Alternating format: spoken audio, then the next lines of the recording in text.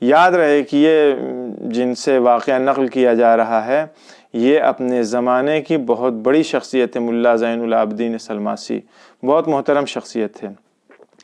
تو اب وہاں سلام کرنے کے بعد سے بہت احترام سے ان کو بلایا، بیٹھایا، آپس میں ان لوگوں نے گفتگو کرنا شروع کیا۔ جب گفتگو شروع ہو گئی، بات کرتے کرتے جب ایک انسیت ایجاد ہوئی آپس میں، جب ذرا سا فری ہو گئے بات کرتے کرتے، تو ان کا کہنا ہے آغا سلماسی کا کہ مجھے یہ احساس ہوا کہ یہ انسان اس جگہ کا انتخاب اس نے اس لیے کیا ہے تاکہ یہ خداوند عالم کی عبادت کر سکے زیادہ سے زیادہ۔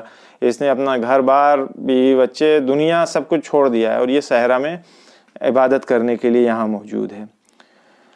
کہتے ہیں بات کرتے کرتے اس نے بتایا کہ وہ 18 سال سے اس جگہ کے اوپر عبادت میں مشغول ہے، یہیں رہ رہا ہے اور عبادت کرتا ہے۔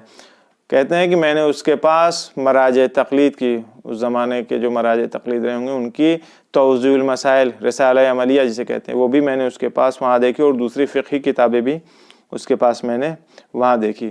آغا سلماسی کہتے ہیں کہ بات کرتے کرتے اس شخص نے مجھے ایک عجیب و غریب واقعہ سنایا۔ کہتا ہے کہ جس دن پہلی بار میں اس صحرا میں، اس جنگل میں یہاں آیا تھا، وہ رجب کا مہینہ تھا، اور میں نے اس جگہ کو دیکھا تو یہ مجھے پسند آ گئی۔ میں نے اسی جگہ کو اپنی عبادت کے لیے انتخاب کر لیا کیونکہ یہ بہت اچھی اور اعلیٰ اور بہت پیاری جگہ تھی۔ کہتے ہیں کہ ایک رات میں مغرب کی نماز میں مشغول تھا کہ اچانک سے عجیب و غریب شور و ولولے کی آوازیں، بہت عجیب و غریب آواز، بہت تیز تیز مجھے سنائی دینے لگی۔ میں ڈر گیا، جلدی جلدی میں نے اپنی نماز تمام کیا اور اس کے بعد سے اس جنگل کے اوپر چاروں طرف میں نے نگاہ دوڑانی شروع کیا۔ تو میں کیا دیکھتا ہوں کہ سامنے سے بے انتہا جنگلی جانور، حیوانات وحشی، یہ سب آ رہے ہیں۔ اب میرے ڈر اور خوف اپنے اوج کے اوپر تھا کہ یہ حتماً مجھے کاٹ ڈالیں گے، پھاڑ ڈالیں گے، مجھے ختم کر دیں گے، مجھے مارنے کاٹنے آ رہے ہیں۔ اچھا، جانوروں کی نگاہ بھی میری طرف پڑ گئی تھی، وہ ہماری طرف آنے لگے۔ اب ہمارے اندر بالکل بھی ہمت نہیں تھی کہ میں اپنی جگہ سے ہلوں، لیکن تعجب مجھے یہ ہوا کہ مختلف قسم کے جانور تھے جنگل کے، جو ایک دوسرے کے اپوزٹ ہوتے ہیں، ایک دوسرے کے دشمن ہوتے ہیں، وہ سب ایک ساتھ چلے آ رہے ہیں۔ شیر بھی آ رہا ہے، ساتھ میں ہرن بھی ہے، جنگلی گائے بھی ہے، چیتا بھی ہے، اور بھیڑیا بھی ہے، اور دوسرے مختلف قسم کے جانور جو جنگل میں ہوتے ہیں، یہ سارے جانور چلے آ رہے ہیں۔ ایک عجیب و غریب آواز اپنے گلے سے، اپنے منہ سے یہ نکال رہے ہیں جیسے تڑپ رہے ہوں کسی چیز میں۔ اب مجھے سمجھ میں نہیں آ رہا تھا کہ یہ کیا ہو رہا ہے، یہ کیوں اس طرح سے آوازیں نکال رہے ہیں، لیکن یہ بھی سمجھ میں آ گیا اتنی دیر میں کہ اگر یہ مجھے کاٹنے پھاڑنے آئے ہوتے تو ان میں آپس میں ہی لڑائی شروع ہو جاتی، کیونکہ جو سب سے زیادہ طاقتور ہوتا ہے وہ اپنے چھوٹے کو بھگاتا ہے، اپنے سے کم طاقت والے کو۔ تو یہ مجھے سمجھ میں آ گیا تھا کہ یہ مجھے کاٹنے پھاڑنے نہیں آئے ہیں۔ غور کرتے کرتے وہ جانور صرف صیحہ کر رہے تھے، نالا کر رہے تھے بہت زور زور سے۔ اب میں نے سوچنا شروع کیا کہ آخر کیا ہے، غور کر رہا ہوں، فکر کر رہا ہوں، تب مجھے یاد آیا کہ حساب کیا میں نے، باقاعدہ کیلکولیشن کیا، تو مجھے سمجھ میں آیا کہ وہ آج کی رات شب عاشور ہے، شب عاشور سرکار سید الشہداء حضرت ابا عبداللہ الحسین علیہ السلام۔ یہ جانور جو اتنی فریاد آہ و بکا اور نالا کر رہے ہیں، تڑپ رہے ہیں، یہ ہو نہ ہو سرکار سید الشہداء کی مصیبت میں، ان کے غم میں یہ آنسو بہا رہے ہیں۔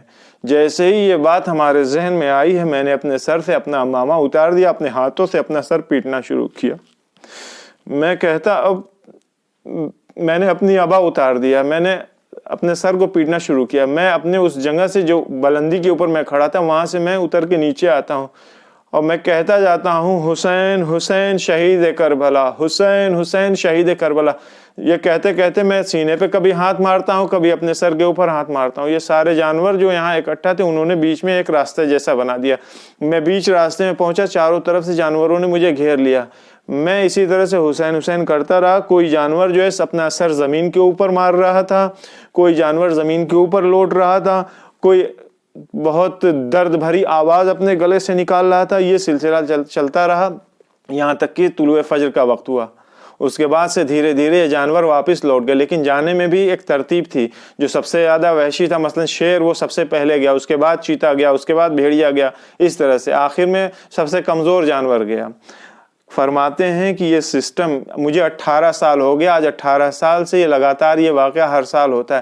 اگر کبھی مجھے تاریخ میں شک ہوتا ہے یا میرے ذہن سے تاریخ نکل جاتی ہے، کیونکہ یہاں صحرا میں ہمارے پاس کوئی کیلنڈر یا اس طرح کی کوئی چیز نہیں تھی جس سے میں کیلکولیشن کر سکوں، حساب کتاب کر سکوں، تو ان جانوروں کے آنے سے مجھے یہ یقین ہو جاتا ہے، معلوم چل جاتا ہے کہ آج کی تاریخ عاشورہ، شب عاشور ہے اور کل کا دن عاشورہ ہے.